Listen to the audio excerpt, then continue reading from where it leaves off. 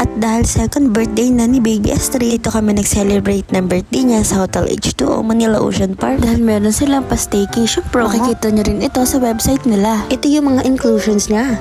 10 AM, andito na kami sa hotel. Iniwan lang namin yung mga gamit at kinuha namin yung 2 Manila Ocean Park ticket. Dahil 2 PM pa ang check-in sa hotel. At nag-avail pa kami ng 2 ticket online para mas makamura. Ito nga pala ang 8 attraction sa Manila Ocean Park. At sinimulan na nga namin dito sa Oceanarium. Isa to sa pinaka-highlight sa Ocean Park kaya tinagalan namin magstay dito. At marami din makikitang iba't ibang klaseng sea animals sa Oceanarium. Hindi lang mga kids ang mag-e-enjoy dito, pati mga adults din. Meron din kumukuha ng mga pictures dito. At ikaw bahala kung kukuhain mo. Dahil meron din tong additional payment. Malinis at malamig sa loob kahit maraming tao. Plus, mababait pa ang mga staff. At nandito na tayo sa malalaking aquarium. Kahit kaming mga adult ay nag-e-enjoy din talaga. Lalo na kapag nakikita mo yung baby mo na masaya at nag-e-enjoy. Dahil na-amaze siya sa iba't ibang fish na nakikita niya. Isa sa mga reason ba't dito kami nag-celebrate ng birthday niya dahil nahihilig siya manood ng fish at mermaid. Kaya ayan, tuwang-tuwa ang bata. Hindi lang puro kids dito, marami din nagde-date dahil maganda talaga yung lugar. Sino ba naman ang hindi matutuwa kung makakita ka ng gantong magaganda at maraming fish?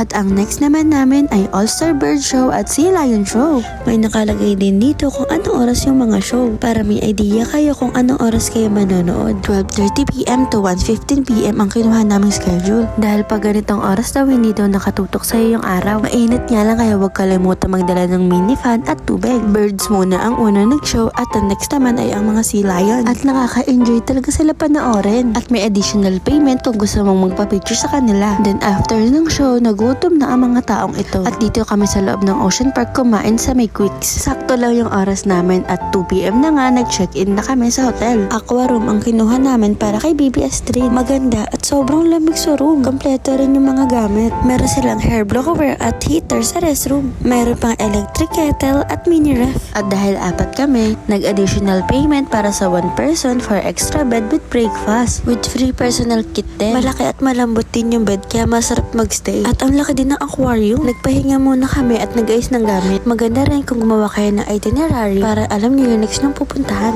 At ang next naman ay Trails to Antarctica. Actually, malamig din talaga dito sa loob ng Manila Ocean Park. At pwede rin magdala ng stroller para hindi ka mangawat kakabuhat kay baby. At andito na nga ang penguin exhibit. Sayang nga lang at inabutan na kami ng cut-off. Hindi na namin na-experience magpakain ng penguin at magpa-picture sa kanila. Kaya ayan, sa labas lang namin sila nakita. At ang next naman namin ang Christmas Village. Ramdam mo na talaga ang Pasko dito.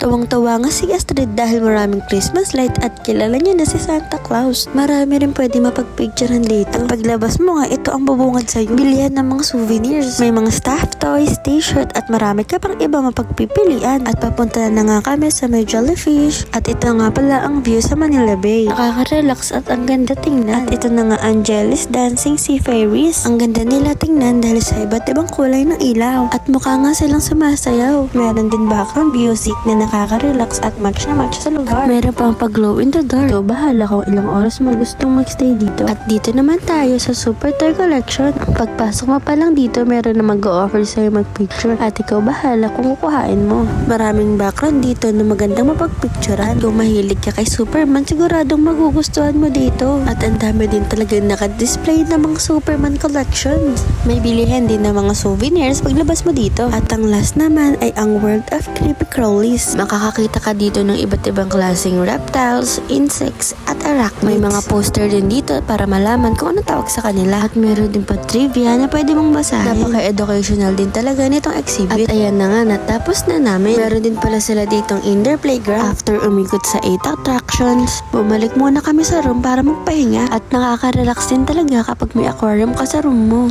Then after, pumunta na kami sa Zenyo Eco Spa. Dito rin sa hotel. Kasama din to sa staycation promo na good for 2. At dahil tatlo kaming adult, nag-avail pa kami ng isa. Mamimili ka kung hot bed treatment or full body fish pa. At ayan na nga, ang fish pa ang pinili namin na good for 30 minutes. Maganda rin siyang experience at wala to ibang amoy. At kung malakas ang kaliti mo sa paa katulad to, tiis-tiis ka lang. Pero masarap din sa pakiramdam. At dahil close na rin ang Ocean Park, wala na rin kaming ibang makakainan. At buti, pwede rin magpa-deliver para sa dinner namin. At ayan, nag-ready na kami para matulog. Pero hinintay namin muna mag-12 midnight para nga tayo namin si Astrid ng happy birthday. Ang laking tulong din na tong TV dahil may payod. Kaya dito dito na kami naghanap ng happy birthday song at background. At libre nga lang pala yung happy birthday dedication with brownies. Sinama ko siya sa note nung nag-book kami online. In fairness, masarap yung brownies. At ayun na nga, enjoy na enjoy ang bata. So ayun lang, good night.